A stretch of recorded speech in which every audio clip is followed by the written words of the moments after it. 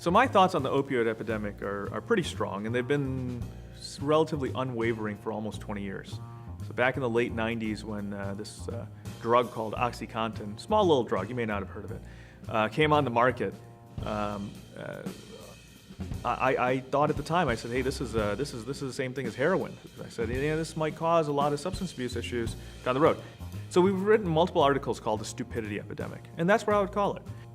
So I'm not sure if the problem is necessarily opioids.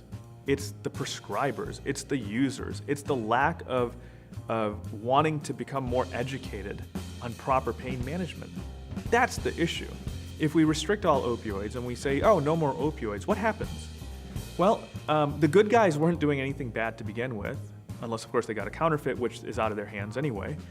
But the bad guys are still gonna get it.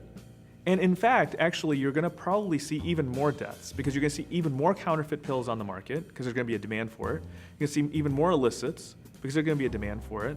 You're gonna see more people suffer in more pain. And they're gonna end up doing things that they wouldn't normally do, including but not limited to suicide. The solution to that is education. We continue to have a need for proper education. This is where PAINWeek has been very instrumental in providing education, a 360 educational model where you talk about all aspects of pain management, where it's psychological, whether it's medication, whether it's interventional, or even what we're heading up, which is regenerative medicine or stem cells. And I think if we are able to do that, we're not going to have this pendulum swinging where it's all or nothing. We're going to have proper utilization, proper usage. There are going to be patients who are going to need opioid medications, unfortunately. Let's do it responsibly, let's do it properly. That's going to require education, really strong education, and it's also going to require a rational scientific approach, not this emotional approach that we've seen so far, where it's all or nothing.